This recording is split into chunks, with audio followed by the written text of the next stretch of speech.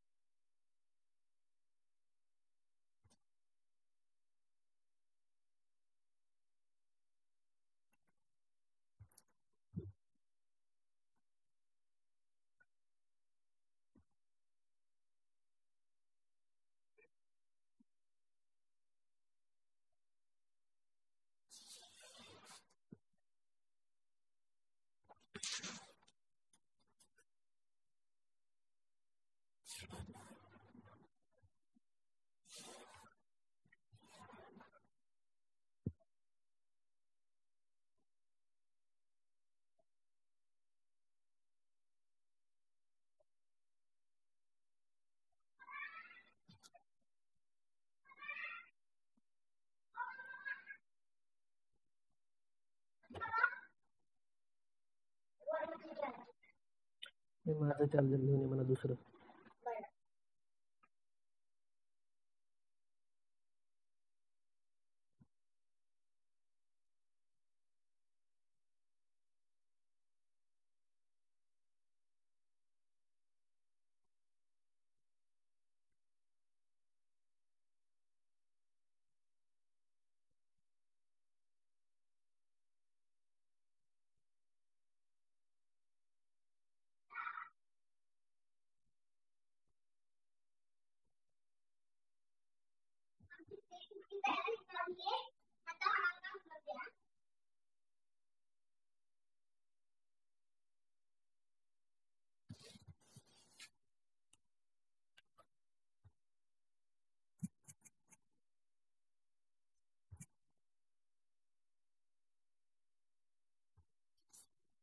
Sir धन्यवाद.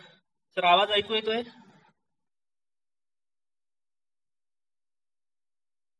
येतोय ना? ठीक आहे.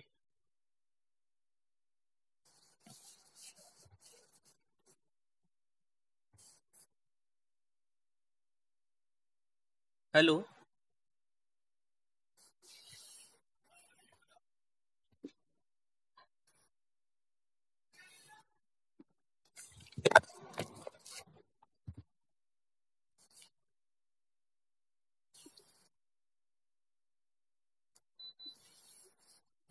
नमस्कार. मी सगळ्यात प्रथम प्रसाद सरांचे आभार मानतो की त्यांनी हा एक स्तुत्य उपक्रम सुरू केला आहे. परंतु माझ्या आयुष्यातलं पहिलंच हे असं लेक्चर आहे की माझ्या समोर कोणी मंडळी नाहीये. त्यामुळं कदाचित या व्याख्यानाला मला कसं बोलता येईल याच्याबद्दल मी सुद्धा साशंक आहे. परंतु जसं होईल तसं प्रयत्न करतो आणि तुम्ही सगळं माझ्या समक्ष आहात असं समजून मी आता बोलण्याचा प्रयत्न करतो. काल सकाळी प्रसाद सरांचा मला फोन आला आणि सर म्हटले, सर आपल्याला एकल द्रव्य चिकित्सेवर बोलायचंय. ऍक्च्युली सगळेच आता कोविडमध्ये बिझी आहेत आणि सर्वांच्या मानसिकता या लेक्चर ऐकण्याच्या आहेत की नाही हे मला काही तेवढीची कल्पना नव्हती. पण सर म्हटले नाही की आपण सुरू करायला पाहिजेत, सुरू केल्यावर काहीतरी होईल. आपण हा लेक्चर सुरू करण्याचा एक चांगला असतो तो उपक्रम सुरू केला. एकल द्रव्य चिकित्सेवर बोलायचं झालं तर प्रॅक्टिसमध्ये बसल्याच्या नंतर चिकित्सा सुरू करायची झाली की ज्यावेळेस पहिला पेशंट तुमच्या समोर येतो, हा पेशंट आल्याच्या नंतर त्याला काय औषध द्यायचं इथनं आपला यक्ष प्रश्न सुरू होऊन जातो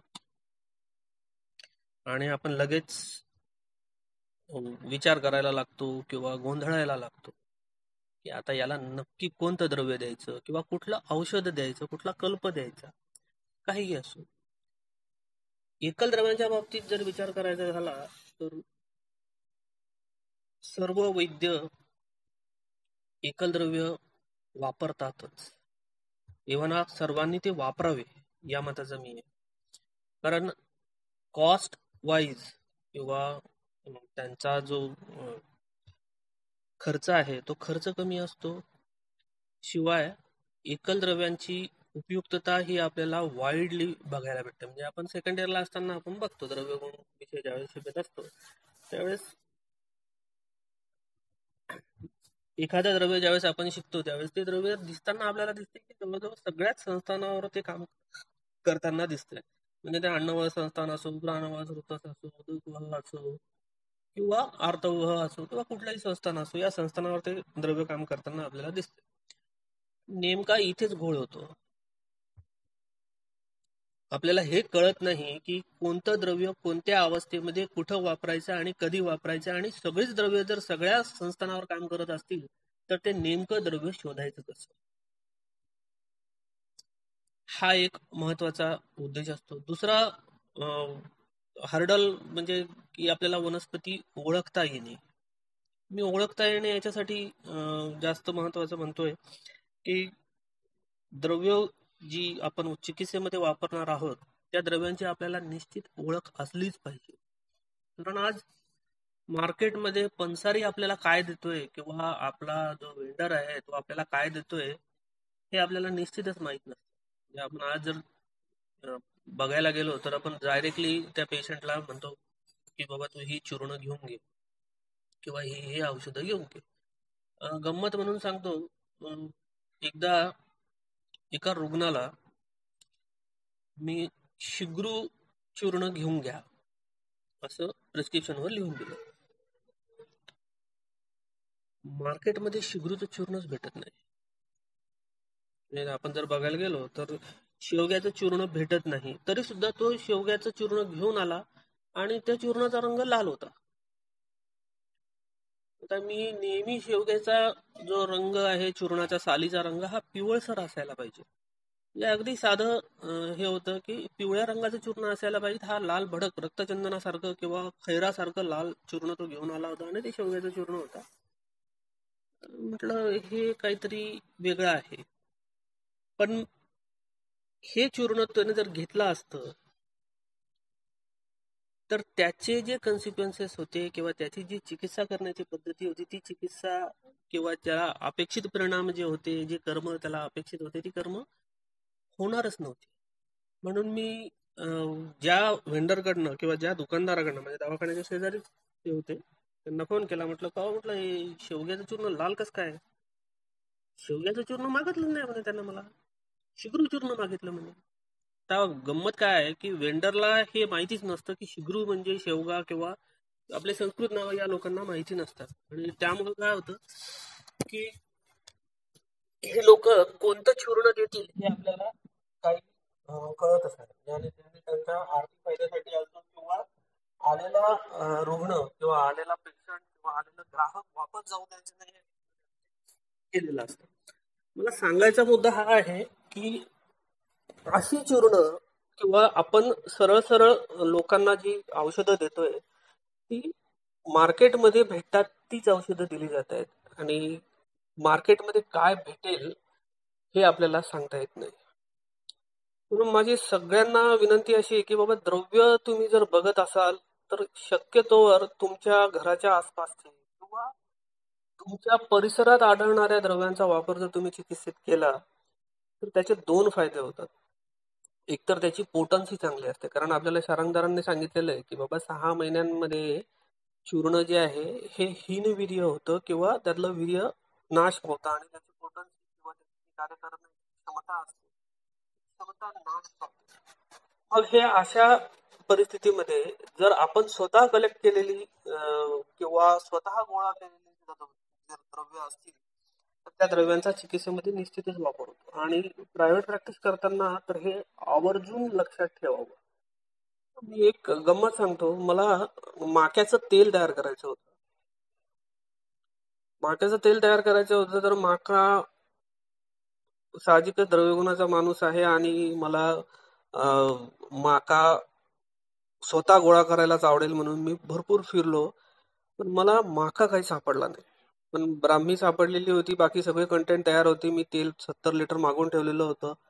तेल तर करायचं आहे आणि रुग्णांना नोटीसही लावून ठेवलेली होती दवाखान्यात की बाबा आता केशचे तेल तयार होत आहे.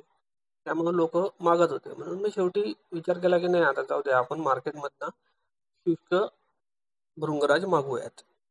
म्हणून मी त्याच्या प्रमाणामध्ये 4 पट 20 किलो माक्याचा जे शुष्क पंचांग असतं ते पंचांग मागवलं. पंचांग मागवल्याच्या नंतर त्या पंचांगामध्ये पेस्टिसाइडचा वास येत होता.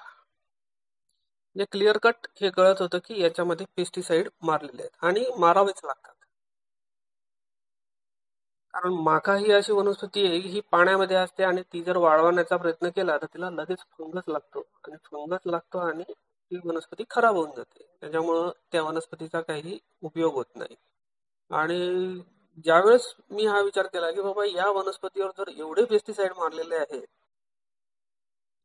या पेस्टिसाइडचा वापर जर आपण चिकित्सेमध्ये केला तर केस वाढायचे तर सोडा, उलट गळती सुरू होईल हे निश्चित.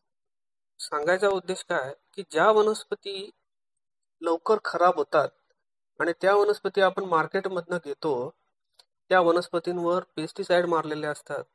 त्या वनस्पतींना प्रिझर्व्ह करण्यासाठी अनेक प्रकारचे प्रिझर्वेटिव्ह औषधी निर्माते आपल्याला देत असतात.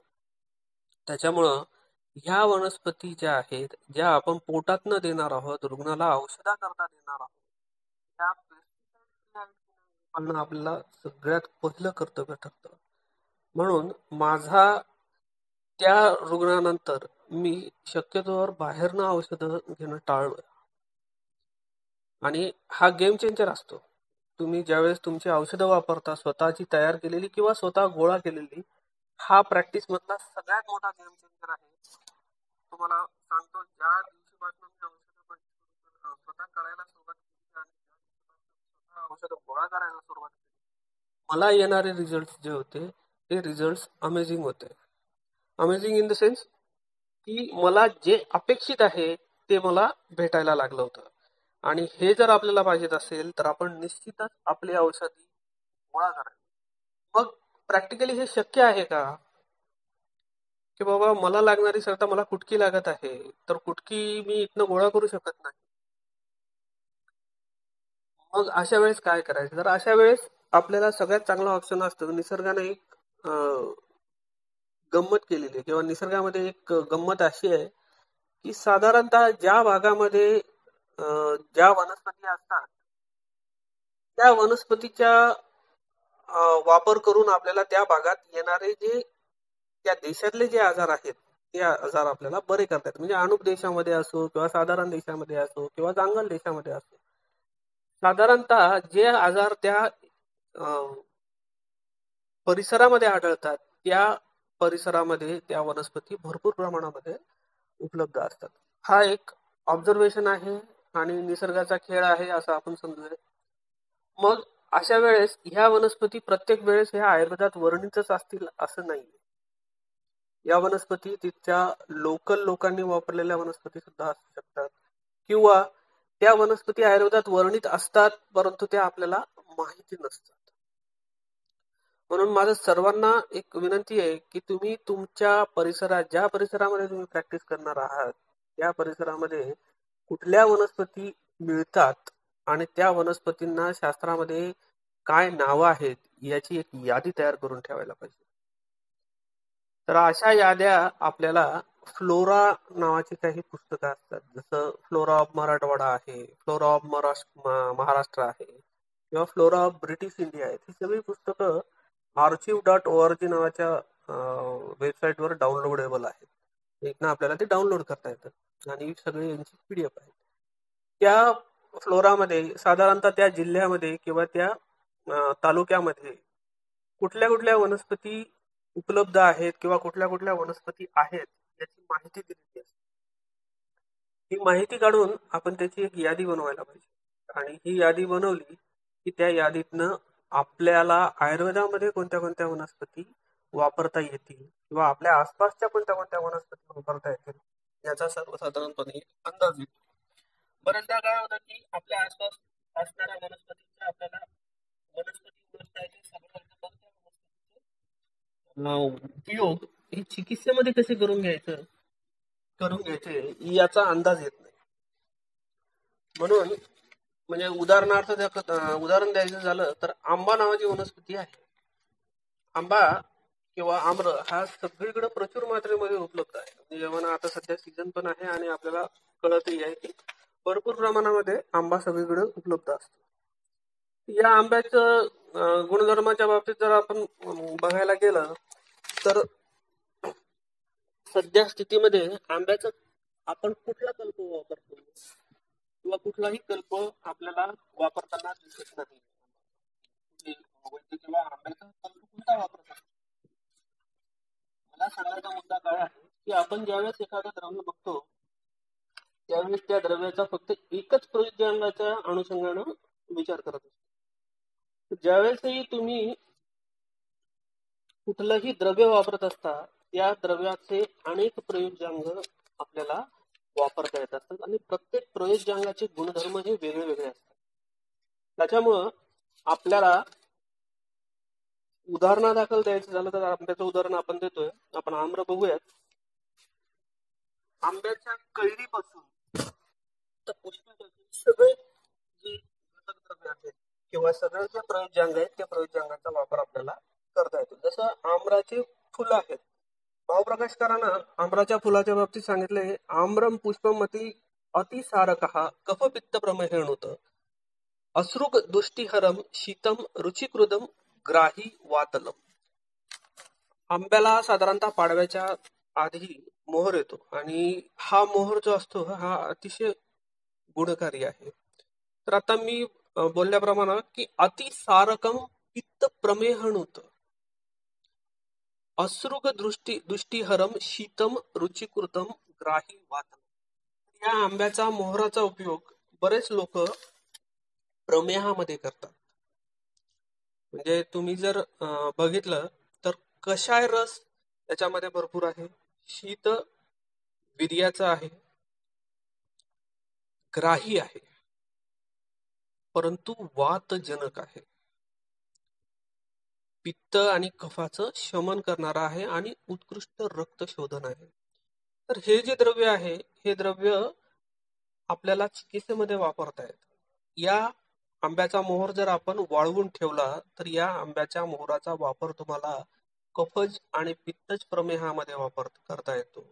तसंच उत्कृष्ट कष्टार्तवनाशक द्रव्य आहे. तसंच रक्त दोष दूर करणारं सगळ्यात चांगलं. म्हणजे तुम्ही याचा वापर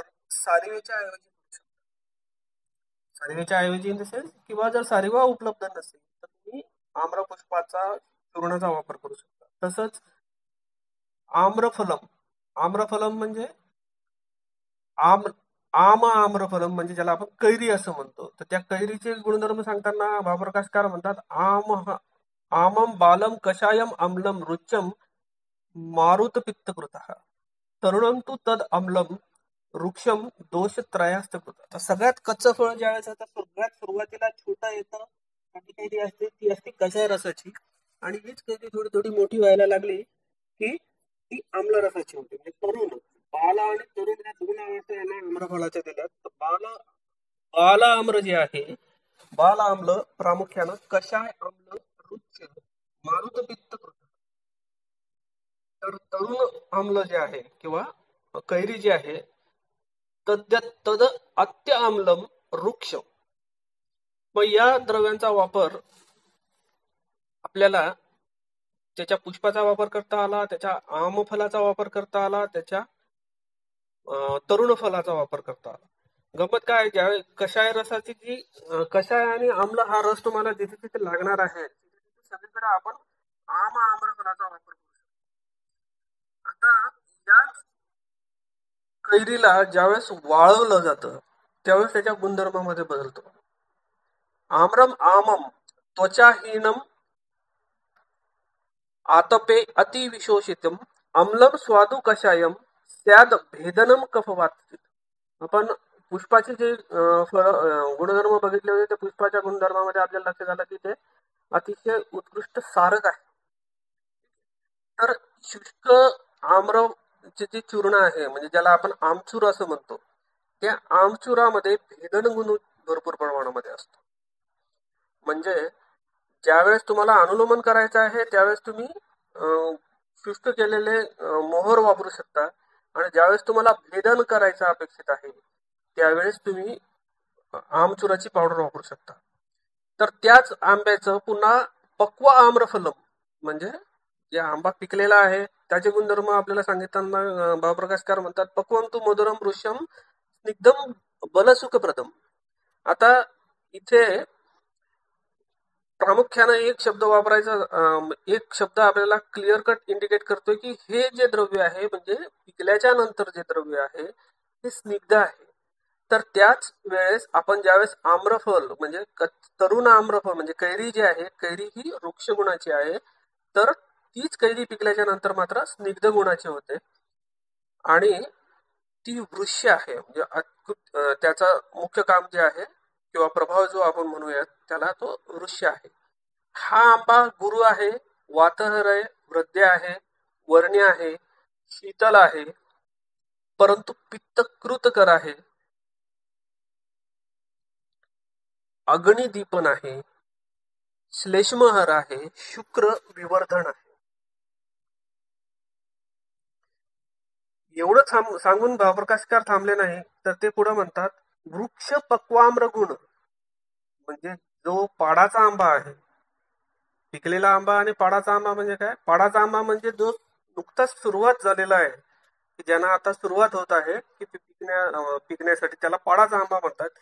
त्या पाडाच्या आंब्याचे गुणधर्म सांगतात तदेव वृक्ष संपक्वम गुरु वातहरम परम मधुरम आम्ल रसम किंचित भवेत पित्त प्रकोपनम.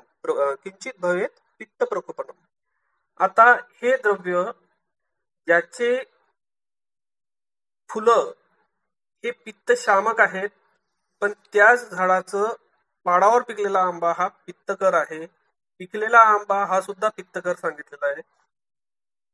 तर मला सांगायचा मुद्दा हा आहे की आपण 5 त्याचे प्रयोज्यांग पाहिलेत, किंवा एकाच आंब्याच्या फळाचे आंबा हा प्रयोज्यांग पाहत असताना त्याच्या 5ही अवस्थेचे जे गुणधर्म आहेत ते वेगळे वेगळे आहेत.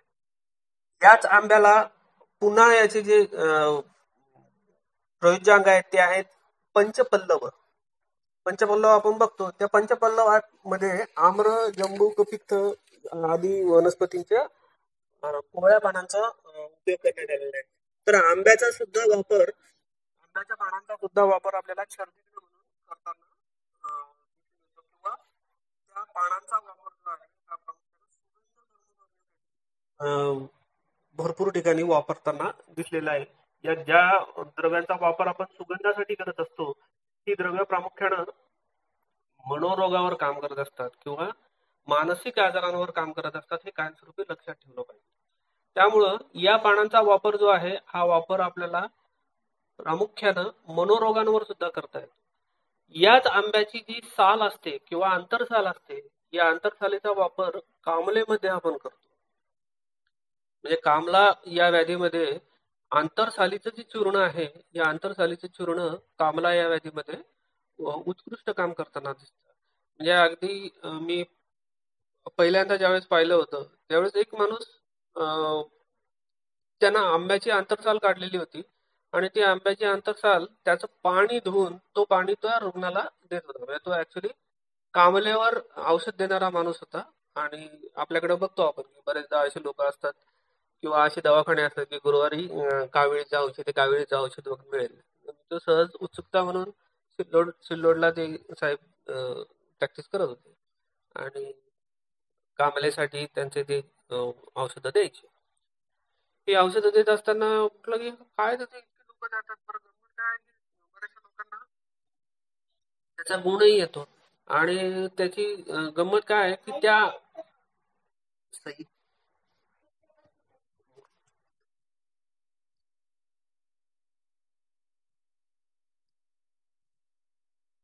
त्याची पद्धत वेगळ्या पद्धतीची पद्धत अशी होती की त्या यानं हात धुवायला लावायचा. म्हणजे ज्याच्या अंगात ज्याचं बिलिरुबिन जास्त असेल त्या बिलिरुबिनच्या रुग्णाला तो हात आणि पाय धुवायला लावायचा. आंब्याच्या त्या काडीनं तो काडी द्यायचा आणि याचं पाणी करून यानं हात पाय धुवा आणि हे पाणी पित राहा. हात धुतल्याच्या नंतर त्याची ज्यावेळेस त्या आंब्याच्या सालीच्या पाण्याने हात धुतो पेशंट त्यावेळेस त्याचं असं पिवळं पाणी पडायला लागतं. किंवा सांगायचा उद्देश काय आहे की बिलिरुबिन काय डिझॉल्व्ह होते की काय होते त्याची कल्पना नाही, परंतु सांगण्याचा मुद्दा हा की तिथे या सालीचा वापर तो चांगल्या पद्धतीनं कामल्यामध्ये करतो. असंच आंब्याचं पुन्हा उदाहरण द्यायचं झालं तर आंब्याची कोय जी असते, या कोय ही अत्यंत कषाय आहे. बऱ्याच ठिकाणी याची सुपारी करून सुद्धा खातात. या कोयीचा वापर प्रामुख्यानं रक्तप्रदनामध्ये करतात किंवा अं, जिथे शरीरातनं जास्त रक्तस्त्राव होत असेल त्या ठिकाणी या आंब्याच्या कोळीचा वापर भरपूर प्रमाणात केला जातो. किंवा आपण बघतो की आपल्याकडे जे यज्ञ होतात किंवा इतरही ज्या पूजा असतात त्याच्यामध्ये प्रामुख्याने यज्ञ केला जातो. त्याच्यामध्ये जे याज्ञीय म्हणजे ज्याच्यामध्ये यज्ञामध्ये जाळण्याच्या ज्या लाकडं असतात ती लाकडं प्रामुख्यानं आंब्याची जास्त प्रमाणात असतात. मग असं का? तर आंब्याची जी लाकडं असतात ती लाकडं जाळल्याच्या नंतर फॉर्मल्डिहाइडचं जनरेशन होतं किंवा फॉर्मिक ऍसिड त्याच्यामध्ये निर्माण व्हायला लागतं. म्हणजे आपण बघतो की रक्षोगुण कर्म जिथेही तुम्हाला अपेक्षित आहे तिथे जर आंब्याची लाकडं जाळली ती रक्षोगुण कर्म करताना दिसून येते. म्हणजे एवढंच नाही तर आंब्याच्या लाकुडाचा सुद्धा आपल्या संस्कृतीमध्ये बऱ्याचशा ठिकाणी वापर केला जातो. म्हणजे जुन्या काळामध्ये जे चमचे असायचे किंवा ज्याला आपण आता लाकडाचे चमचे जे हटण्यासाठी वापरतात किंवा सराटे असतात किंवा आपण आता घरी बघतो की कुरडयात चा जो चीक असतो तो हटण्याचा जो चाटू नावाचा प्रकार असतो हा सुद्धा आंब्याच्या लाकडापासून तयार केला जातो. म्हणजे एक द्रव्य आहे आंबा आणि या आंब्याच्या द्रव्याच्या आतापर्यंत आपण काय काय बघितलंय? त्याचे पुष्प बघितले, त्याचं बाल आम्र बघितलंय, तरुण आम्र बघितलंय, आमचूर बघितलाय, पक्वा आम्र बघितलाय, पाडाचा आंबा बघितलाय, त्याचे साल बघितली, त्याची कोय बघितली, त्याचे पत्र बघितले. म्हणजे एकच द्रव्य आहे पण या एका द्रव्याचे रसवीर्य विपाक प्रत्येक प्रयोज्यांगानुसार बदलत आहे. आणि जसे जसे रसवीर्य विपाक बदलतात तसे तसे त्या द्रव्यांचे गुणधर्म सुद्धा बदलत आहेत. आणि या सगळ्यांचा वापर आपल्याला चिकित्सेमध्ये करतात. म्हणजे सांगण्याचा उद्देश हा की द्रव्यांची संख्या जरी कमी असेल तरी सुद्धा तुम्हाला त्या द्रव्याच्या विविध प्रयोजनांचा वापर करून तुम्हाला चिकित्सा चांगल्या पद्धतीनं करता येते. मी या मुद्द्यावर आलो होतो की आपल्या आसपासच्या वनस्पतींचा वापर आपण चिकित्सेमध्ये कसा करता येऊ शकतो. दुसरी वनस्पती मी आताच उदाहरण दिलं शिगरू. शिगरू नावाच्या वनस्पती आपण घरी भाजी खातो. आपण शोभांजन जे आहे हे उत्कृष्ट विद्रदिग्न द्रव्य आहे म्हणून सांगितलेलं आहे. चरकाच्या ज्वरगण महाकषायामध्ये आलेला आहे. अश्मरीहर म्हणून याचा उपयोग करायला सांगितलेला आहे. नेत्रे म्हणून याचा उपयोग करायला सांगितलेला आहे. मग हे ज्यावेळेस सांगतो त्यावेळेस प्रत्येक वेळेस ग्रंथकार आपल्याला त्याची प्रयोज्यांग वापरायची सांगत नाही. मग हे प्रयोज्यांग वापरायचे असतील तर आपल्याला अभ्यास करावा लागेल की कुठली प्रयोज्यांग आणि कुठल्या प्रयोजनांचा वापर कुठून कसा करता येईल. आंब्याचं उदाहरण मी तुम्हाला दिलं, कारण आंब्याच्या उदाहरणामध्ये आपल्याला ग्रंथकारानं त्याची सगळी जी गुणधर्म आहेत ती सांगून ठेवलेली आहेत. पण बऱ्याचशा द्रव्यांच्या बाबतीत असं होतं की त्या द्रव्यांचे ग्रंथकारानं त्याचे गुणधर्म सांगून ठेवलेले नसतात, आणि मग अशा वेळेस आपल्याला त्याचा नेमकं कोणतं अंग वापरायचं आहे आणि त्या अंगाचे गुणधर्म काय आहेत हे शोधावं लागतं, किंवा हे एका ठिकाणी ठेवलेलं नाही, हे वेगळ्या वेगळ्या ठिकाणी ठेवलेलं. आता आपण शेवग्याचं उदाहरण घेऊयात. विद्रदिग्न कर्म किंवा ज्वरग्न कर्म जर अपेक्षित असेल तर शोभांजन किंवा शिगरूचे सालीचा वापर आपल्याला करायला सांगितलं.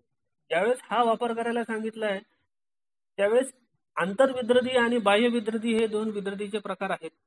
आपण बघतो की आपल्याला या दिवसांमध्ये बरेचदा स्टॅफिलोकोकल इन्फेक्शन असतं, त्याला आपण एस्तोड किंवा गळू असं म्हणतो किंवा बॉईल असं म्हणतो.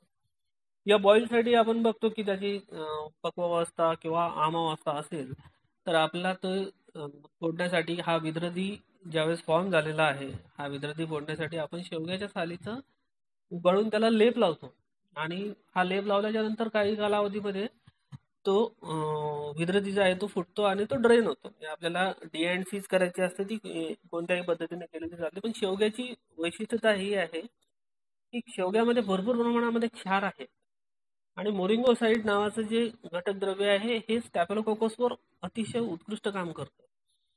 म्हणजे आपल्याला या सालीचा वापर एकतर भेदनासाठी किंवा पाटणासाठी केलाय, ट्रेनिंगसाठी केलाय, आणि क्युरेटिव्ह म्हणून सुद्धा आपल्याला याचा वापर करता येतो. म्हणजे शेवग्याची साल ही विद्रदिग्न आहे, त्याच अनुषंगाने तीच साल ज्वरग्न सुद्धा काम करत आहे, आणि ज्वरग्न काम करत असताना या द्रव्याचे अनेक फायदे आपल्याला पुढं उपयुक्तांगानुसार बघता येतात. जसं शेवग्याचे मूळ जे आहेत हे मूळ उत्कृष्ट अश्मरीहर म्हणून वाग्भटामध्ये सांगितलेले आहे. तुम्ही दह्यासोबत त्याची मुळी जी आहे ती मुळी वाटून घ्यायला सांगितलेली आहे, किंवा ताकामध्ये मिक्स करून घ्यायला सांगितलेली आहे. याच द्रव्याला जे फळं येतात ज्याला आपण शेवग्याच्या शेंगा असं म्हणतो, याची जी वाळवलेली बिया असतात त्याला पांढरे मिरे असं म्हणतात बरेचसे लोक. तामिळनाडूमध्ये या शेवग्याच्या वाळवलेल्या बिया ज्या आहेत यांचा वापर पाणी स्वच्छ करण्यासाठी केला जातो. आता या पाणी स्वच्छ करण्यावरनं दोन गोष्टी मी तुम्हाला सांगणार आहे की याच्या ज्या बिया असतात त्याच्यामध्ये ज्यावेळेस पाण्यामध्ये टाकतात त्याच्यामध्ये म्युसिलेज फॉर्म होतं, आणि म्युसिलेज फॉर्म झालं की या म्युसिलेजमुळे काय होतं की त्या पाण्याची जी अशुद्धी आहे ती अशुद्धी सगळी याच्याकडे अट्रॅक्ट केली जाते आणि ती त्याला चिकटते, आणि मग ते पाणी सारून ते पाणी विहिरीतनं गोळा करून ते पाणी पिण्यासाठी वापरतात. मग शेवगा जलशुद्धीकर आहे. असंच जलशुद्धीकर एक दुसरं द्रव्य आहे ते आहे कतक. हे द्रव्य सुद्धा उत्कृष्ट जलशुद्धीकर आहे. मग फक्त हेच जल शुद्ध करेल का, हे पिण्याचंच जल शुद्ध करतंय का? तर त्याच वेळेस आपल्याला एक गोष्ट लक्षात येते की कतक उत्कृष्ट नेत्रे आहे, शिवाय शिगरू सुद्धा उत्कृष्ट नेत्रे आहे. मग याचा या नेत्रासाठी काही उपयोग होऊ शकतो का?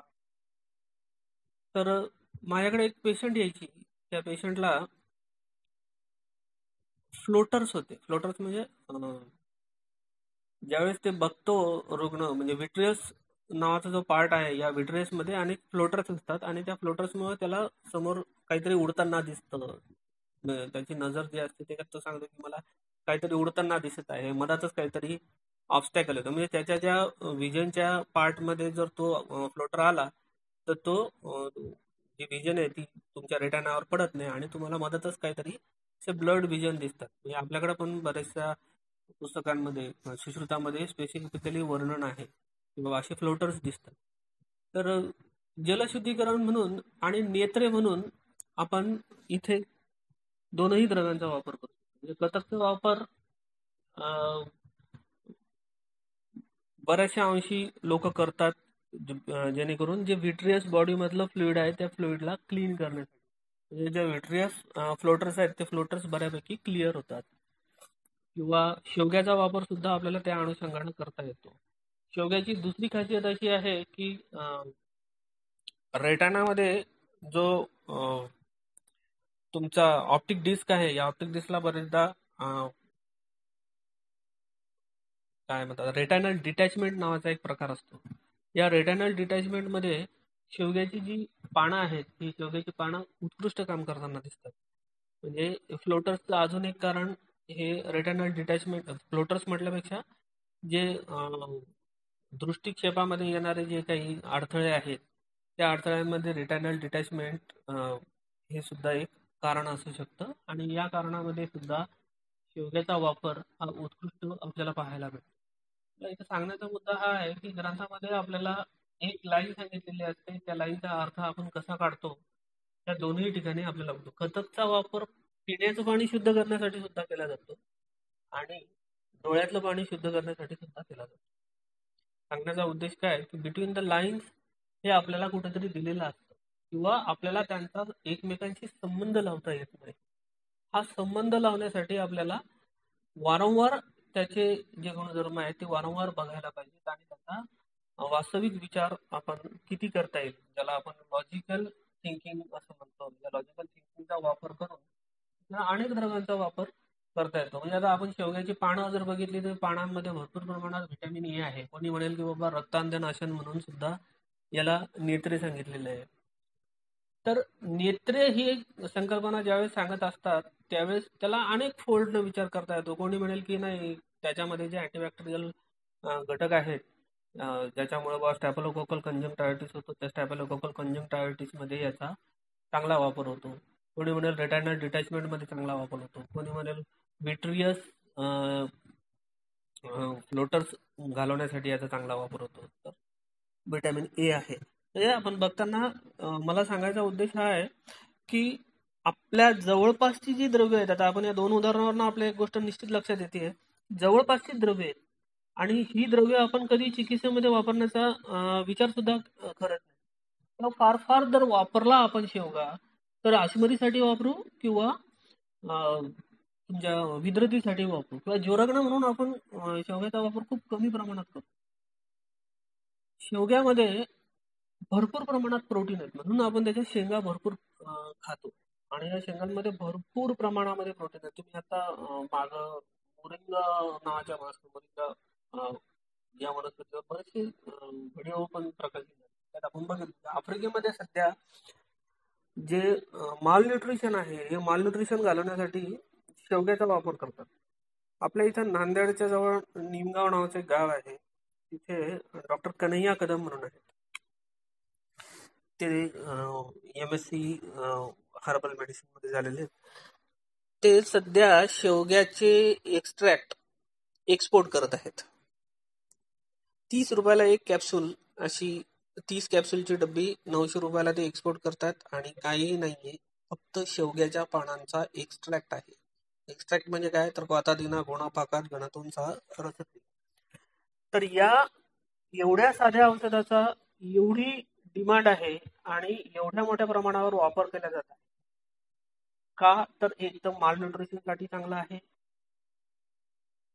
किंवा हाय व्हिटॅमिन सप्लिमेंट आहे. पण ही गोष्ट आपल्याला ज्यावेळेस माहिती होते त्यावेळेस आपण ती वापरायला लागतो. म्हणून माझं प्रत्येकाला अगदी आवर्जून म्हणणं आहे की तुमच्या भागात सापडणाऱ्या द्रव्यांचा अभ्यास तुम्ही निश्चित डेप्थ मध्ये केला पाहिजे, जेणेकरून तुम्हाला त्याचा वापर जास्तीत जास्त कसा करता येईल याच्या अनुषंगानं बघता येतं. दुसरी गंमत असते, आता आपण आपल्याला चिकित्सेमध्ये बऱ्याचशा ठिकाणी आलेलं असतं की कुठलाही कल्प घ्या, भ्रूण कर्म करायचं आहे की पहिले 1 नंबरला बलेचं नाव आलेलं असतं. मग ही बला आपल्याला आसपास भेटते का, तर भरपूर प्रमाणात भेटते.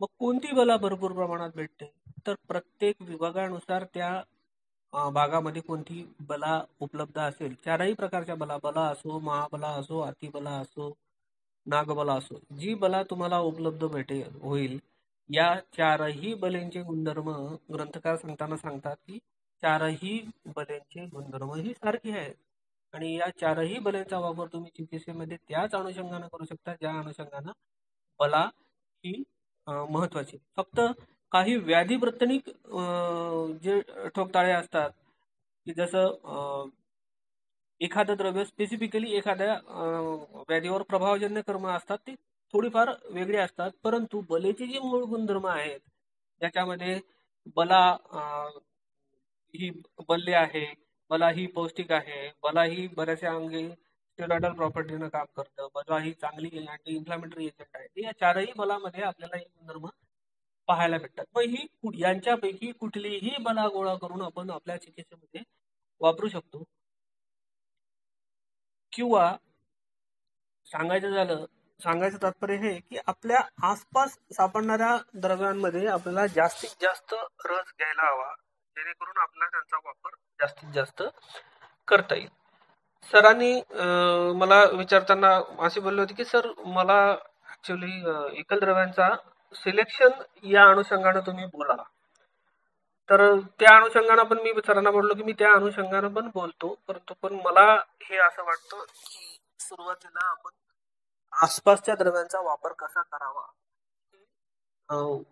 जास्त महत्वाची गोष्ट आहे. म्हणजे आपल्या आसपासला सप्तपर्ण आहे, कडुनिंब आहे, कुडा भरपूर सापडतो, शिरीष आहे किंवा असे अनेक द्रव्य आहेत. या द्रव्यांचा वापर आपण चिकित्सेमध्ये बिनदिक्कत करू शकतो आणि भरपूर प्रमाणामध्ये करू शकतो. प्रत्येक वनस्पतीसाठी सबस्टिट्यूट म्हणून सुद्धा या वनस्पतींचा वापर आपल्याला करता येऊ शकतो आणि जेवढे वनस्पती तेवढा त्यांचा वापर आपल्याला जास्तीत जास्त करता येईल.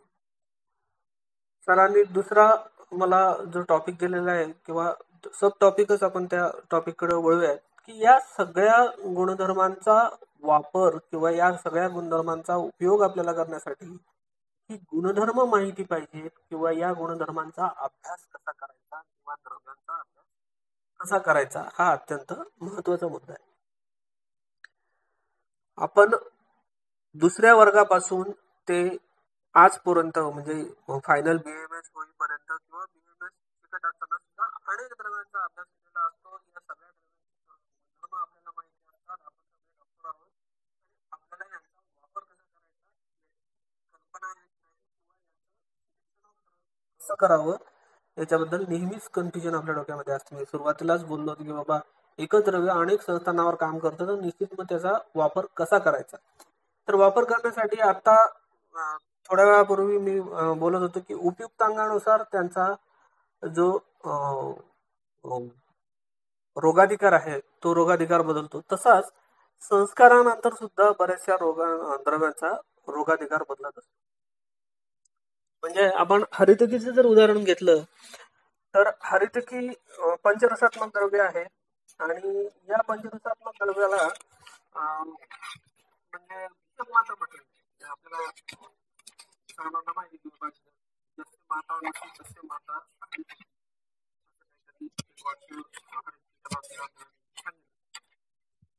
सांगायचा उद्देश आहे प्रयोग वेदांत किंवा त्याचा वापर हा संस्कारानुसार कसा बदलतो.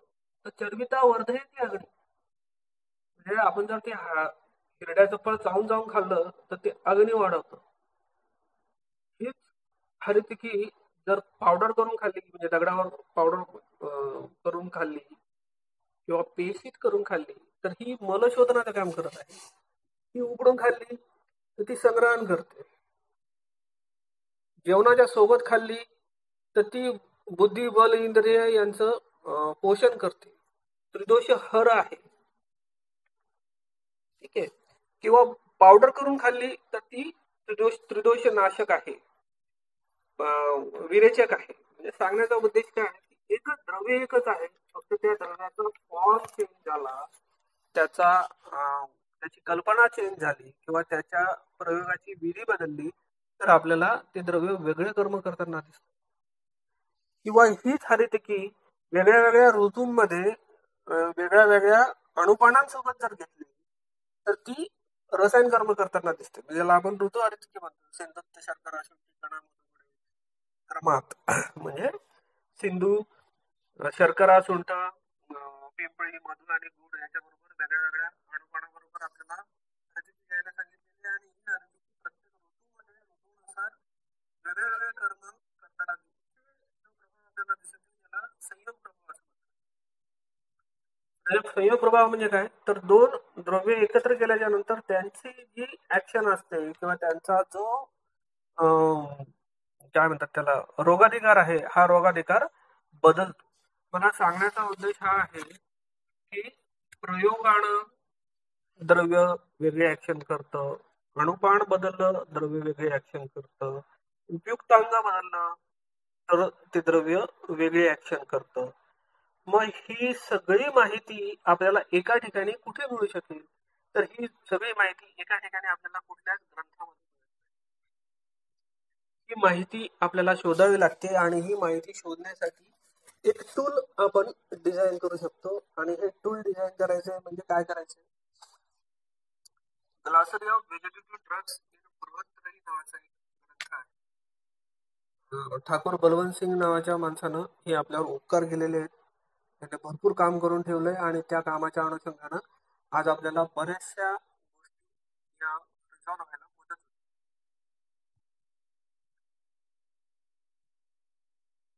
तर या ठाकूर बलवंत सिंगांच्या glossary of vegetative drugs in Brihattrayi नावाच्या पुस्तकामध्ये चरक, सुश्रुत आणि वाघभट या 3 ग्रंथामध्ये दिलेलं द्रव्य कुठे कुठे आलेलं आहे त्याचे इत्यंभूत रेफरन्सेस आपल्याला पाहायला भेटतात. हे समजा आपण गुडूची नावाचं द्रव्य घेतलं, तर ही गुडूची कुठे कुठे आलेली आहे. मग रसायनाध्यायामध्ये त्याचे पत्र वापरायला सांगितलेले आहे, त्याचं कांड वात्रत्तात वापरायला सांगितलेलं आहे, त्याचं स्टार्च त्याला काय म्हणतात, गुळवेल तत्व जे आहे हे जीर्णजीवनामध्ये वापरायला सांगितलेलं आहे. याच्याच कांडाचा वापर हा मूत्रपुच्छामध्ये सुद्धा सांगितलेला आहे. याच्याच कांडाचा वापर हा कपशोणीच्या संघात भेदन करण्यासाठी वापरलेला आहे. म्हणजे आपण बघायला गेलो तर गुडूची हे एक द्रव्य अनेक ठिकाणी, अनेक अनुषंगानं, अनेक अनुपानांसहित, अनेक उपयुक्तांगांसहित, अनेक मात्रेमध्ये किंवा अनेक वेगळ्या वेगळ्या कल्पामध्ये, ज्याला आपण प्रयोगानुसार त्याच्या जे कल्प आहेत ते बघायला भेटतात. या गुडुचीच्या सगळ्या पर्यायी नावांना ते या बुक मध्ये जे दिलेलं आहे की या गुडुचीच्या सगळ्या पर्यायी नावांचे वेगळे वेगळे सेक्शन दिलेले. तुम्ही समजा अमृता, अमृता हा शब्द या 3ही ग्रंथामध्ये कुठे कुठे आलेला आहे याचे रेफरन्सेस दिलेले असतात. की बघा चरक संहितेमध्ये अमृता कुठे आहे, या अमृतेत हा ठीक आहे बाबा ही आलेली आहे रसायन अध्यायामध्ये, याचे पत्र जे आहेत हे मेद्य रसायनामध्ये आलेले आहेत असं दिलेलं आहे. त्याचा एक्झॅक्ट रेफरन्स दिलेला असतो. आपल्याला काय करायचं असते, तो रेफरन्स शोधायचा असतो. तर सगळ्यात पहिले या ग्रंथामधनं तुम्हाला जेवढे त्या द्रव्याचे पर्याय माहिती आहेत किंवा माहिती नसतील तर भावप्रकाशातून किंवा तुमच्या साध्या टेक्स्ट बुक मधनं त्या द्रव्याचे पर्याय नाव शोधून काढायचे.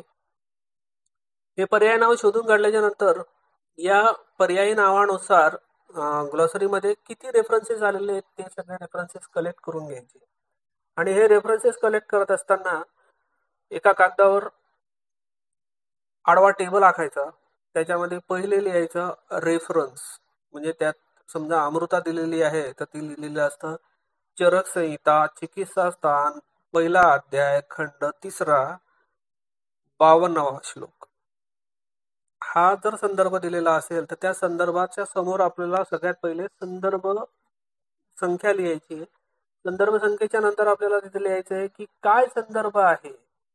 तर समजा तिथे संदर्भ लिहिलेला आहे की मेद्य रसायनांमध्ये गुडचीचा वापर गुडचीच्या पत्रांचा वापर करायला सांगितलं. मग पहिले लिहायचे की मेद्य रसायनामध्ये याचा रोगाधिकार आलेला आहे. मग कल्पना कोणती वापरलेली आहे, तर इथे कल्पना वापरलेली आहे स्वरज कल्पना. प्रयोजांग कोणता वापरलेला आहे, प्रयोजांग वापरलेला आहे पत्र. त्याचे उपयोग काय सांगितलेले आहेत की मेद्य रसायन. मग आता ज्यावेळेस आपल्याला या मेद्य रसायनाचा वापर करायचा आहे तर आपल्याला गुडूच्या पत्राच्या स्वरसाचा वापर हा प्रामुख्यानं मेद्य कर्मासाठी केला जातो. इथे आपण उपयुक्तांग आपल्याला कळालं, इथे त्याचा मार्ग कळाला, इथे त्याला घेण्याची विधी कळाली. चौथा मुद्दा असतो भेषज काल, जो की आयुर्वेदाच्या दृष्टिकोनातनं अत्यंत महत्वाचा घटक सांगितलेला आहे. कारण आपण बघतो की कोणत्या प्रकारचे द्रव्य कोणत्या काळामध्ये कसे घ्यायचे हे सुद्धा महत्वाचं घटक आहे. मी 1-2 मिनिट पाणी पितो फक्त. तोपर्यंत प्रसाद सर, तोपर्यंत काही प्रश्न असतील किंवा तुम्हाला काही बोलायचं असेल तर 2 मिनिट बोला ना.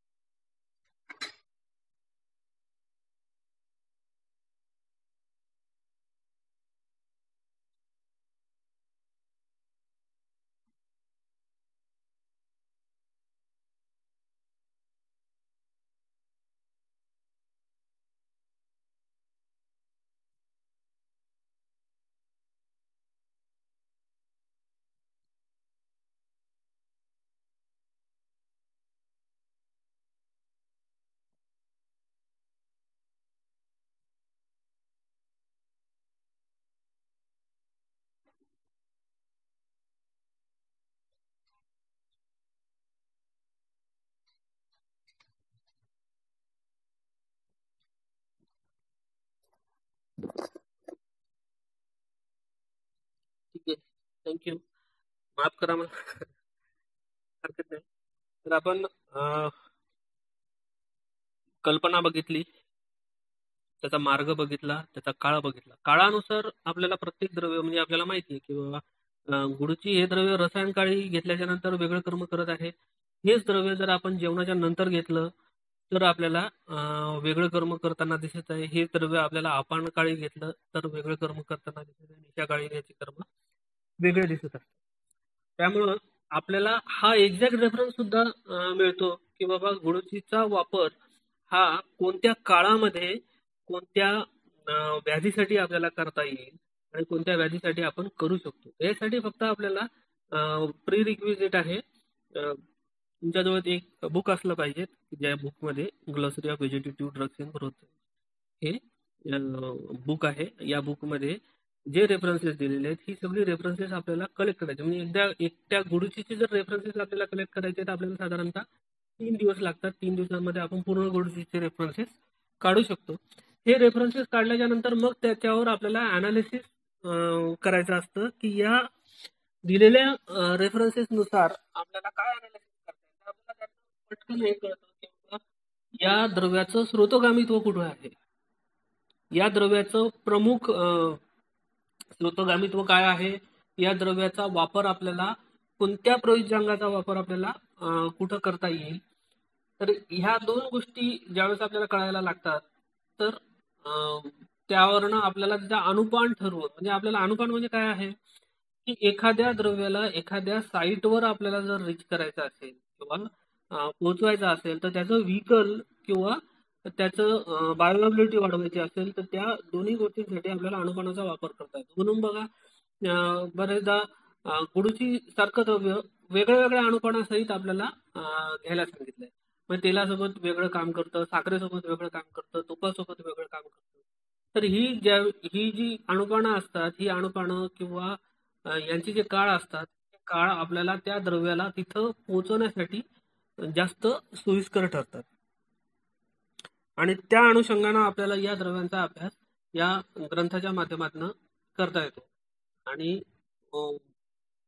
याच पद्धतीनं इंडक्टिव्ह ही जी मेथड आहे या मेथडनंच आपल्याला अभ्यास करणं अपेक्षित आहे, जेणेकरून आपल्याला त्याचा वापर जो आहे चिकित्सेमध्ये सुकरतेनं करता येतो. मी यानंतर काही प्रॅक्टिसमधले माझ्या प्रॅक्टिसमध्ये जी मी एकेरी चूर्ण वापरायचो किंवा एकेरी चूर्णांचे कशा पद्धतीनं रिझल्ट येतात किंवा त्यांचा कशा पद्धतीनं आपण घेऊ शकतो याच्याबद्दल थोडा वेळ बोलतो. माझा 2002 साली दवाखाना काढल्याच्या नंतर माझ्याकडे पहिली रुग्ण आली. त्या रुग्णाची कंप्लेंट होती की हायपोटेन्शन. त्या त्यांनी सगळ्या डॉक्टरांकडनं सगळ्या औषधं वगैरे सगळं इन्व्हेस्टिगेशन सगळे करून झाले. मी दवाखाना टाकला, त्याच्यावर तो मेडिकलवाला होता, नवीन डॉक्टर आला काहीतरी करून पाहू. म्हणून त्यांना त्याच्या बहीण होती, ती बहीण माझ्याकडे घेऊन आली. ते बीपी घेतल्यावर मलाही थोडंसं आश्चर्यच झालं, कारण त्यांचा बीपी होता 70/46. आणि त्या पोस्चरल हायपरटेन्शन वगैरे क्लिअर कट दिसत होतं की सकाळी सकाळी काही वाटत नाही, पण संध्याकाळी एकदम गळून गेल्यासारखं वाटतं, चक्कर येते आणि काहीही केलं तरी काही नाही. डॉक्टरांनी त्यांना लोणचं खा, भरपूर पाणी प्या, भरपूर मीठ किंवा मीठ असलेले पदार्थ घ्यायला सांगितले. मग अशा कंडिशनला काय करायचं आणि कुठलं एकलद्रव्य द्यायचं किंवा कुठलं द्रव्य द्यायचं हेच मला कळत नव्हतं, कारण ही केस कुठेही आपल्याकडं वर्णित नाहीये आणि हा डिसीज सुद्धा म्हणजे अशा पद्धतीनं वर्णन केलेला नव्हता. पण वाचलेलं होतं की भ्रम हे लक्षण हे प्रामुख्यानं पित्तामुळं दिसून येणारं लक्षण आहे. आणि भ्रम हे दूर करण्यासाठी सगळ्यात चांगलं द्रव्य जे सहजासहजी उपलब्ध आहे ते म्हणजे आवळा. मी त्यांना व्यायामकाळी आवळ्याचं 3 ग्रॅम चूर्ण घ्यायला सांगितलं आणि हे 3 ग्रॅम चूर्ण कोमट पाण्यासोबत घ्या, 8 दिवसांनी बघू. त्यातही साधारणतः 8 दिवसांत काय आल्या नाही, कारण मी चूर्ण लिहून दिलं होतं आवळ्याचं, म्हणून आपल्या घेत होते. 3 महिन्यांनी त्या आल्या. 3 महिन्यांनी आल्याच्या नंतर म्हटलं काय ताई, काय म्हणते तब्येत? काय नाही म्हणे साहेब, ते ओके झालं म्हणे तुमचं. म्हटलं काय ओके झालं? बीपीचा प्रॉब्लेम सॉल्व्ह झाला. मग मला वाटलं हे आपल्या यांना भ्रम कमी झाला असेल म्हणून म्हणत असतील. लिटरली त्या काकूंचा मी बीपी घेतला तर बीपी हा 100/70 लागत होता, जो की कॉमन इंडियन फिमेल बीपी आहे. आपण बघतो की मॅक्सिमम स्त्रियांची बीपी हे 110/70, 100/70 होते, ऑलमोस्ट नॉर्मल होता. म्हटलं मग आवळा आवळा चालू आहे की म्हणे. आवळा आता मी सुपारी करून खाते, असं करते तसं करते वगैरे, मीठ वगैरे सगळं प्रकार बंद झालेला आहे. त्यांना वर्टीन चालू होती, ते चक्कर आल्यासारखं होतं म्हणून ती वर्टीनची गोळी सुद्धा बंद होती. आणि ह्या सगळ्या गोष्टी फक्त आणि फक्त एक रेफरन्स मी वाचला होता की ज्याच्यामध्ये भ्रम जर पित्तामुळे उत्पन्न होत असेल तर तिथे आमलकी देण्यात यावी. या एका रेफरन्समुळं सिंगल ड्रग मध्ये त्या ताईंचा वर्षानुसार वर्षानुवर्षे चालू असलेला प्रॉब्लेम जो होता तो प्रॉब्लेम सॉल्व्ह झाला होता. असंच एकलद्रव्यांच्या बाबतीत सांगायचं झालं तर एक रक्तचंदन नावाचं द्रव्य आहे, जे आपण रुटीनली वापरतो. या रक्तचंदनाचा हर्पिस झोस्टर नावाचा जो प्रकार आहे, त्याच्यामध्ये ज्या वेदना असतात,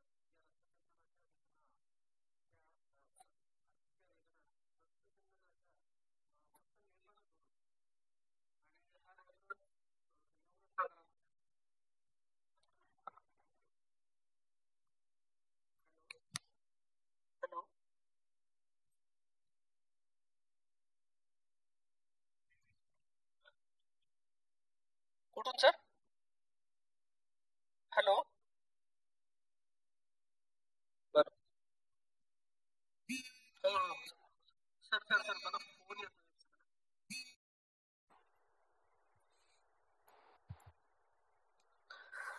मध्ये काहीतरी आवाजात डिस्टर्बन्सेस होते. तर दुसरं उदाहरण सांगायचं झालं तर रक्तचंदनाचं आहे. रक्तचंदन हे जे द्रव्य आहे हे योगरत्नाकरामध्ये त्याचा रेफरन्स झालेला आहे अग्नी विसर्प मध्ये. अग्नी विसर्प ज्याचं कंपॅरिझन आपण प्रामुख्याने हर्पिस झोस्टर या व्याधीसाठी करू शकतो. आणि आपण बघतो की बाबा जर हर्पिस झोस्टरला पहिल्या 72 तासांमध्ये किंवा पहिल्या 3 दिवसांमध्ये जर काही अँटीव्हायरल ट्रीटमेंट दिली नाही तर पेन हे कन्झिक्युटिव्ह राहतं किंवा सबसिक्वेंट राहतं, ज्याच्यामुळे ते पेन कमी होत नाही किंवा पेन म्हटल्यापेक्षा त्यामध्ये दाह असतो. आणि अग्निविसर्पामध्ये रक्तचंदनाचा योगरत्नाकराचा जो रेफरन्स होता तो रेफरन्स वापरून पाहायचं ठरलं आणि दुसरं काही वापरता येत नाही म्हणून रक्तचंदन वापरण्यात आलं होतं. आणि पोटातनं त्याला फक्त मी शृंगभस्म आणि महाभारत दिवस महावात विद्वांस आणि शृंगप्रसमय नाडी व संस्थानावर चांगलं काम करतात म्हणून मी दिले होते. पण त्या महाशयांनी पोटातली औषधं कोणतीच घेतली नाही. देताना मी तिन्ही औषधं दिली होती, तिथे लेप लावण्यासाठी आणि पोटातल्या. त्यांनी पोटातली औषधं घेतली नाही, फक्त रक्तचंदनाची पावडरची पुडी घेतली आणि घरी जाऊन आपलं ते आवाज येत नाहीये. हॅलो,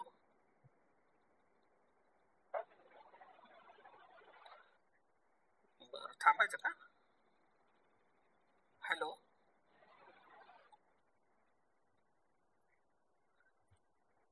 हो मी आता ते जिथे आहे तिथेच आहे. एक सेकंड. आता क्लिअर झालं. ठीक आहे, मी थोडं बाहेर आलो. Okay sir, okay okay. हां, कुठून सुरू करू? बरं ठीक आहे, हरकत नाही. आपण रक्तचंदनावर होतो. रक्तचंदन आपण बऱ्यापैकी ऐकलंय. एकल द्रव्यांच्या बाबतीत अजून चांगले उदाहरण द्यायचं झालं तर सर्वायकल स्पॉन्डिलोसिस मध्ये बरेचदा पेशंट व्हर्टायगो हे लक्षण घेऊन येतात आणि हा व्हर्टायगो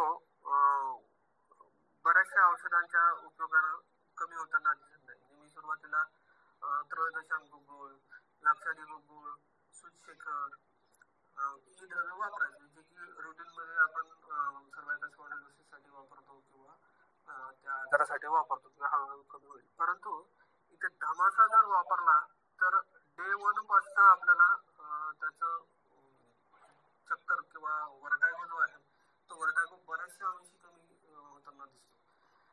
फक्त इथे फरक असा आहे, म्हणजे आता मी पहिलं उदाहरण दिलं तुम्हाला आमलकीचं आणि इथे उदाहरण दिलंय तुम्हाला धमाशाचं. तर भ्रम आणि चक्कर या दोन लक्षणांमध्ये फरक आहे. जर पित्तानुसार जर भ्रम होत असेल तर आपण आमलकीचा वापर करायला पाहिजे आणि जर आगंतुक कारणामुळे किंवा सूज किंवा इन्फ्लामेशन असताना जर व्हर्टायगो असेल, मग तो कुठलाही असो, तुमचा कॉक्लिअर ॲपॅरेटसचं स्वेलिंग असो किंवा तुमची ओटायटिस मीडियाशी निगडीत असलेला भ्रम असो, या दोनही किंवा सर्वायकल स्पॉन्डिलोसिस मध्ये जिथे इन्फ्लामेशन आहे आणि इन्फ्लामेशनशी निगडीत भ्रम आहे, सॉरी व्हर्टायगो आहे, अशा ठिकाणी धमाशाचा वापर अतिशय उत्कृष्ट होताना आपल्याला दिसतो. माझं आवडतं द्रव्य जे आरसामध्ये किंवा परिकरतेमध्ये मी निश्चित वापरतो, त्याच्यामुळे मला आजपर्यंत कधी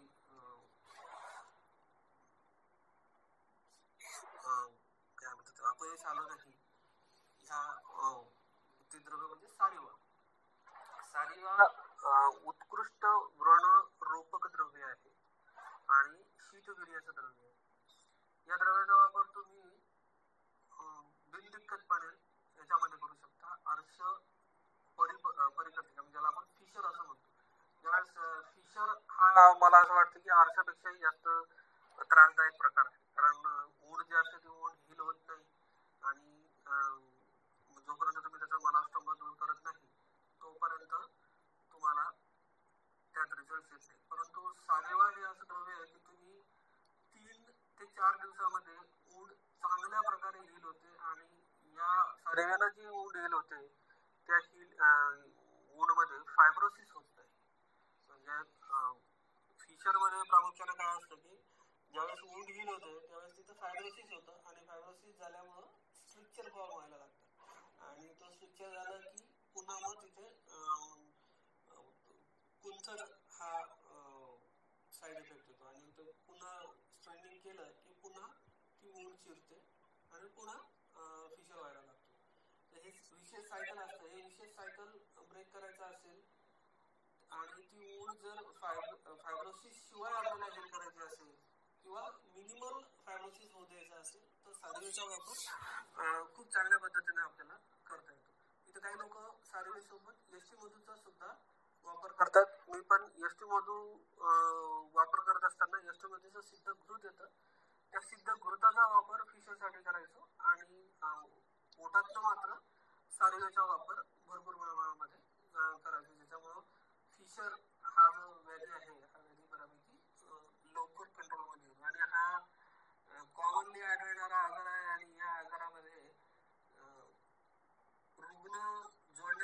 ताकद आहे ती बऱ्याचशा आजारांपेक्षा जास्त आहे. कारण रुग्ण जोडण्यासाठी फिशर ठीक करणं खूप चांगली गोष्ट असते.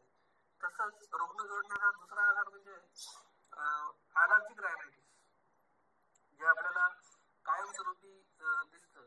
की अनेक लोक असतात की त्यांना ॲलर्जिक रायनायटिस असते आणि सकाळी टिपिकली एक 5-50 शिंका असतात आणि 5-50 शिंका झाल्या की टिपिकली क्लिअर पाणी नाकातनं गळायला लागतं आणि हे पेशंट भरपूर प्रमाणामध्ये आपल्याला पाहायला भेटतात. सगळीकडे फिरलेले असतात, ॲलर्जीचे इंजेक्शन वगैरे वगैरे सगळं घेऊन झालेलं असतं.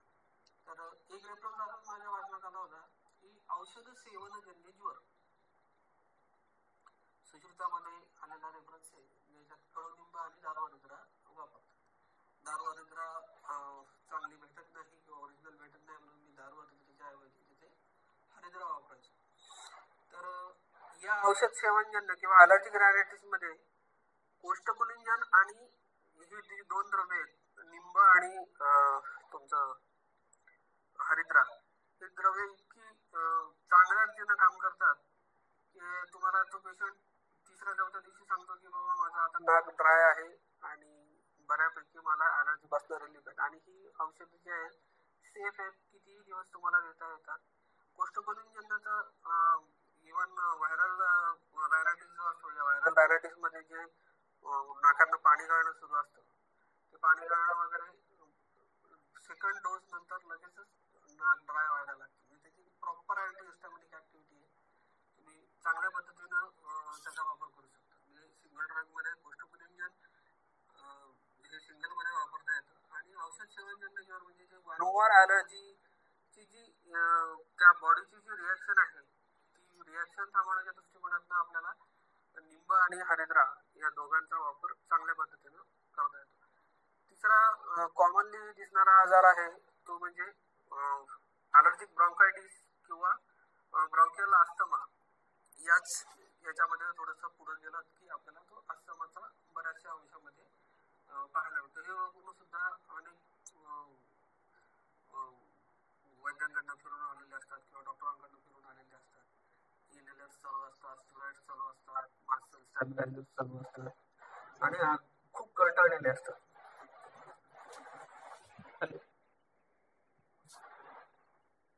या रुग्णांना सुद्धा आपल्याला सिंगल ड्रगच्या माध्यमातून जर वापर करायचा असेल तर वर्धमान पिंपळी रसायनाचा खूप चांगल्या पद्धतीनं वापर होतो.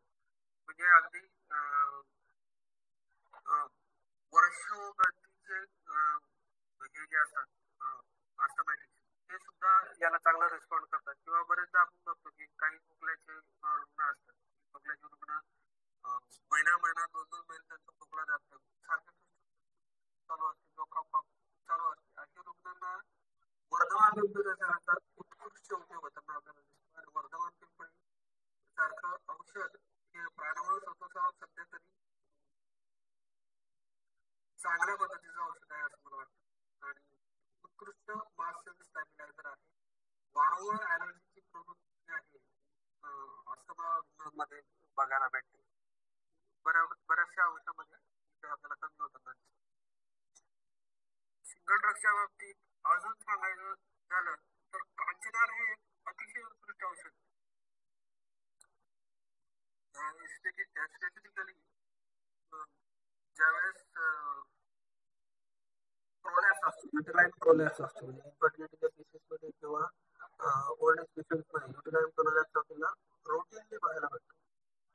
आणि हे रुग्ण जे असतात त्याला स्टिच देऊन ऑपरेट करायचं असतं, त्याच्यामुळे रिलक्टंट असतात किंवा त्यात करायचं नाही. बरोबर.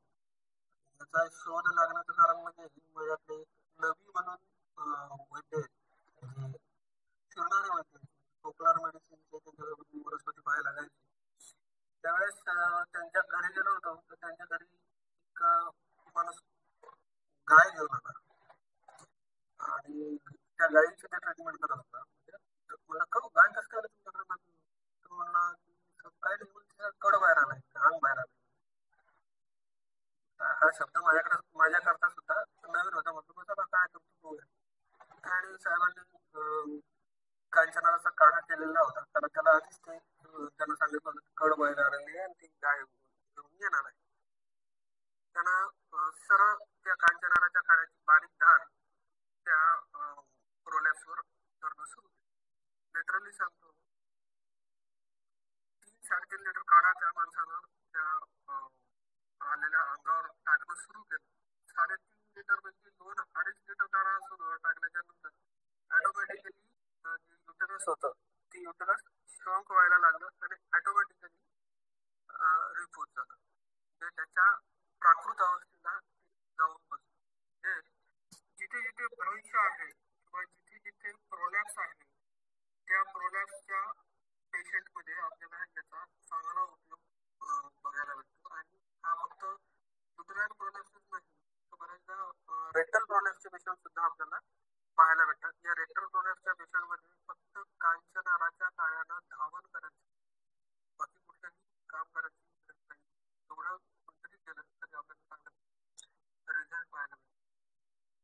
आणि लॉजिकली जर विचार केला तर कशा रस आहे आणि त्या रसानं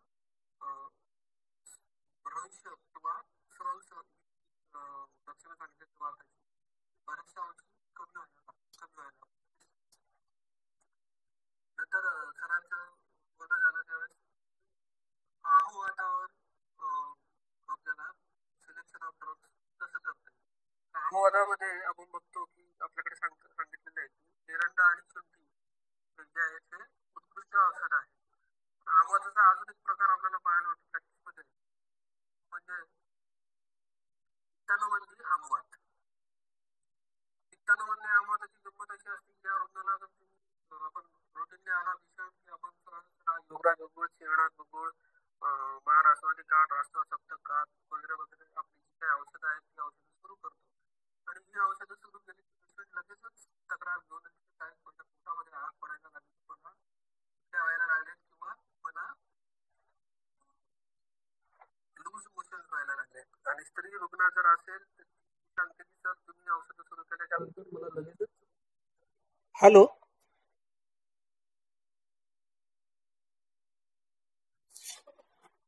अरे देवा, आता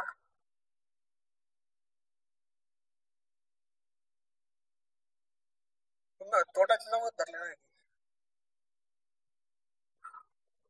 हॅलो, थोडस असेल. ठीक आहे, ठीक आहे. कुठं होता?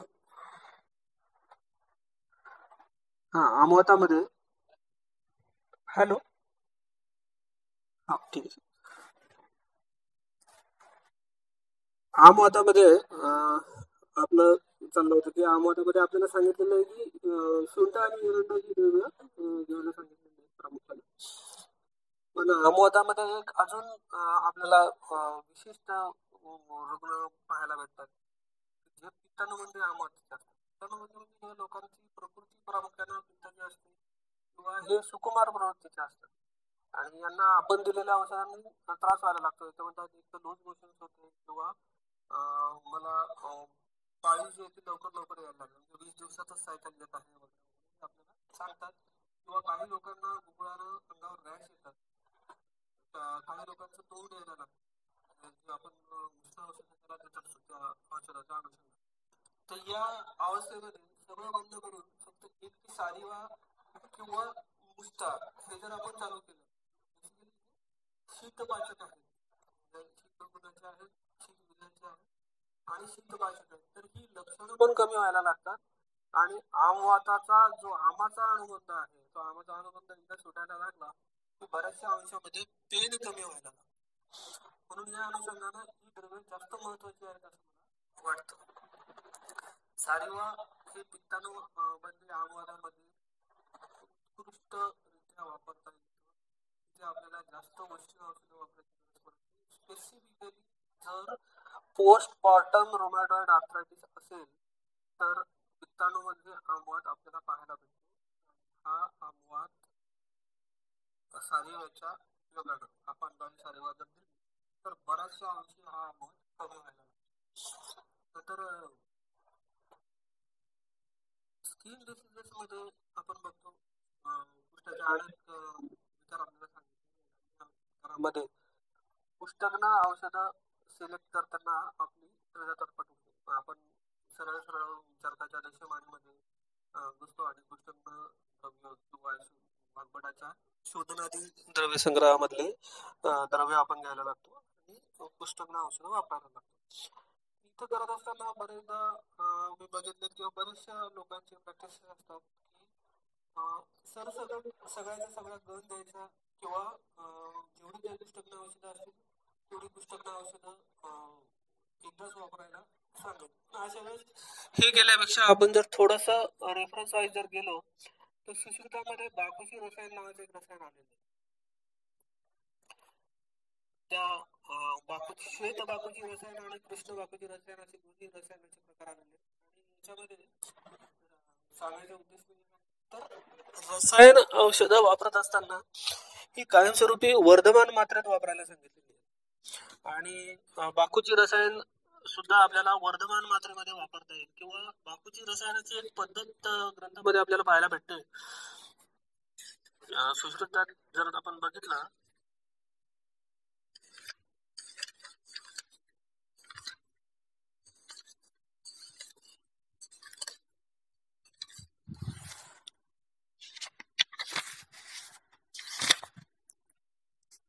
तर त्या बाकूजीच्या बिया गुळाबरोबर मिक्स करून मडक्यात ठेवायला सांगितलं आणि या 7 दिवसांपर्यंत मडक्यात ठेवायच्या आणि त्याच्यानंतर 6 महिन्यांपर्यंत हा कल्प आपल्याला घेता येतो.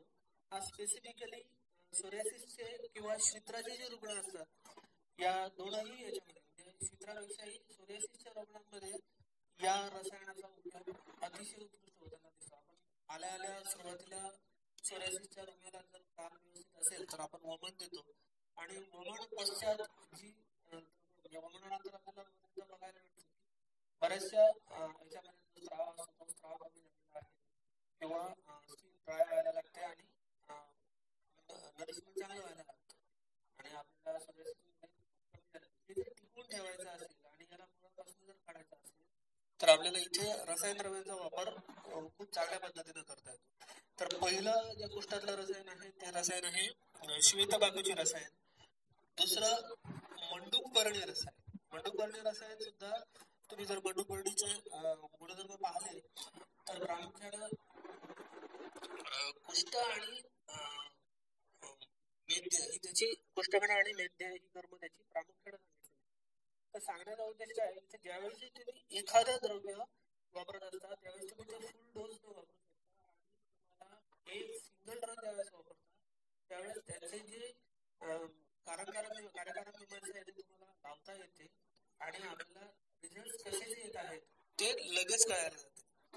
तर हा दुसरं रसायन आहे जे कुष्ठासारखे जे ॲटोइम्युन डिसऑर्डर्स आहेत त्या डिसऑर्डर्स मध्ये बाकूची श्वेत असो किंवा कृष्ण असो दोनही बाकूची रसायन.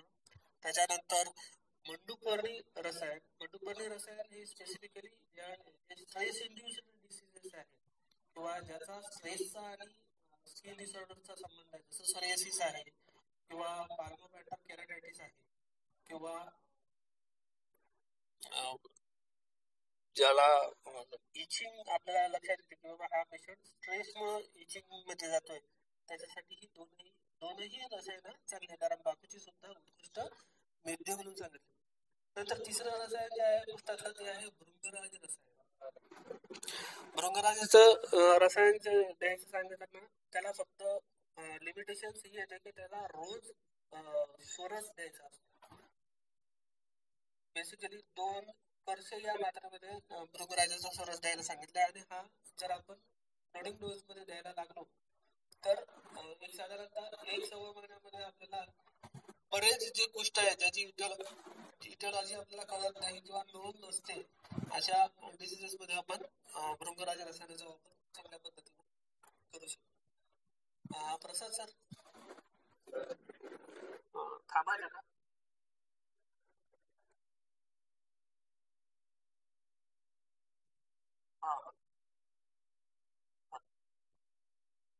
प्रश्नोत्तर हो हो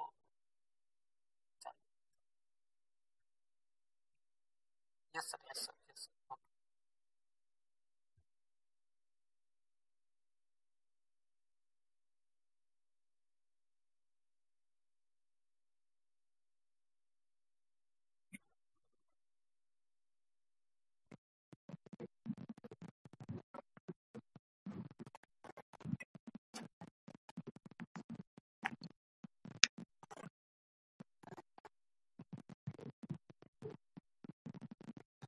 सर एक सेकंड.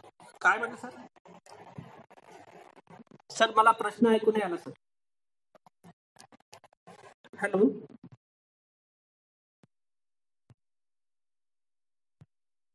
कोणत्या पुष्पाचा? आम्रपुष्पाचा ना? हो हो करता येतो, पण बेसिकली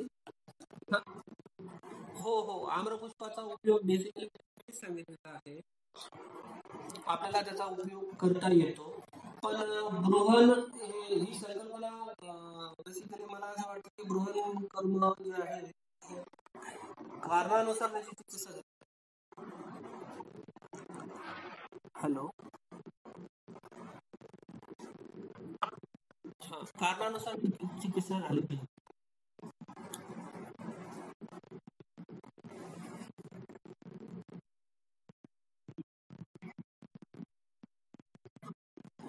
अश्वगंधा.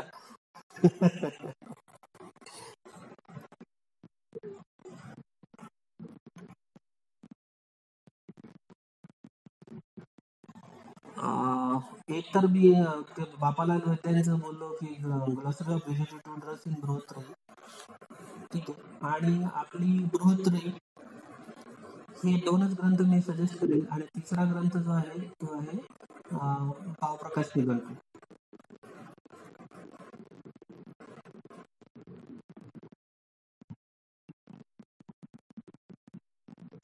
हा ऍक्च्युली हाच प्रश्न अपेक्षित होता. ते गुणधर्म त्यांचे वेगळे वेगळे दिलेले आहेत, कारण ते प्रयोजन वेगळे वेगळे वापरलेले असतात.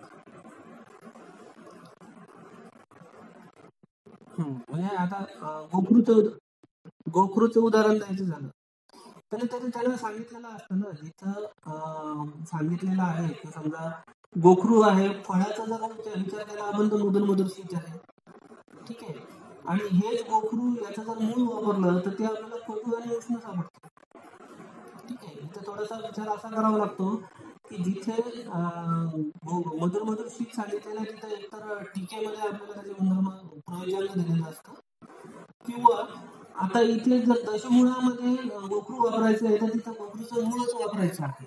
त्याच्यामुळे मग गोखरूचं मूळ आणि दशमुळाचे गुणधर्म जर बघितले तर आपल्याला लगेच लक्षात येतं काय मूळ तो उष्ण आहे, पण फळ जे आहे हे शीतवीर्याचं. आणि दुसरं असं असतं की जसं श्वंद्रष्ट आहे, गोक्षुर आहे, त्रिकंठक आहे आणि गोखरू आहे, हे वेगळ्या वेगळ्या वनस्पती आहेत, आणि त्याच्यामुळे सुद्धा आपल्याला असा गुण पाहायला भेटतो. तर म्हणजे ट्रायबलस टेरिस्टेरिस आहे, पेडिलियम म्युरेक्स आहे आणि अँथोस्पर्मम हिस्पिडम आहे, या तीन वेगळ्या वेगळ्या वनस्पती गोक्षुरासाठी प्रयुक्त होतात. तर तिथे तिथे त्या पेडिलियम म्युरेक्सचे गुणधर्म वेगळे आहेत.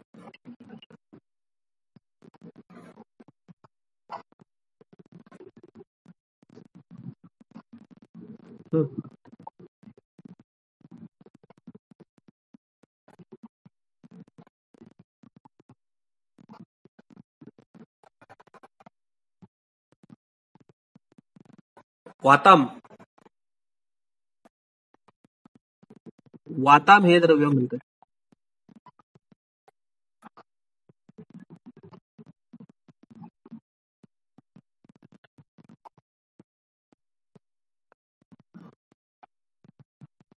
चॅट बॉक्स कुठं असतो गुरुजी?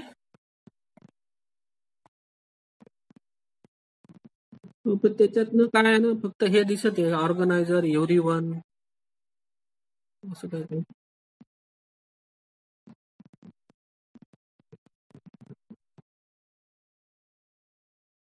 अटेंडी.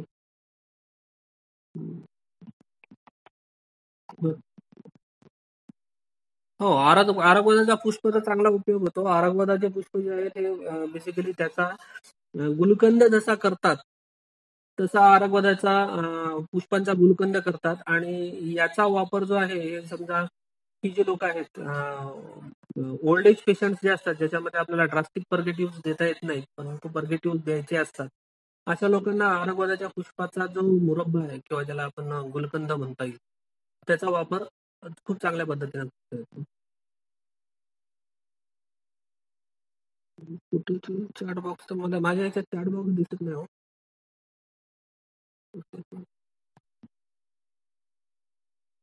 अजून काही आहे का?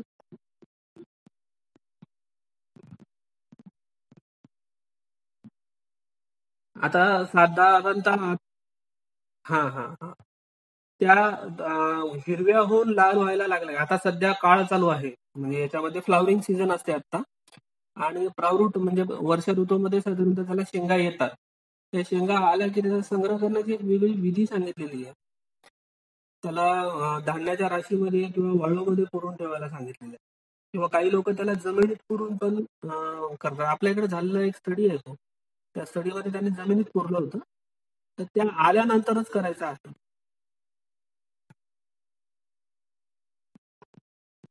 प्रावरुटात करावा, म्हणजे ग्रीष्म आणि वर्षा ऋतूचा जो सुरुवातीचा काळ आहे त्या काळामध्ये त्या करता येऊ शकतात.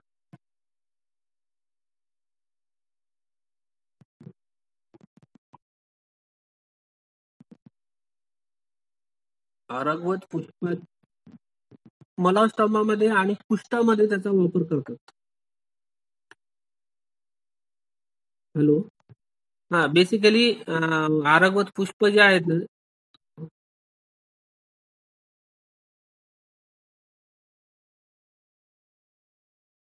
हॅलो.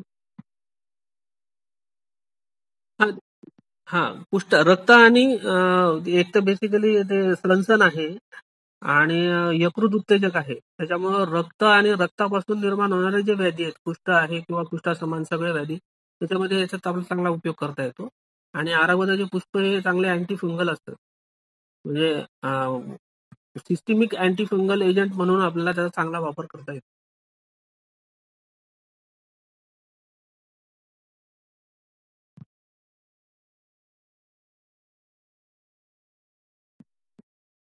एवढं-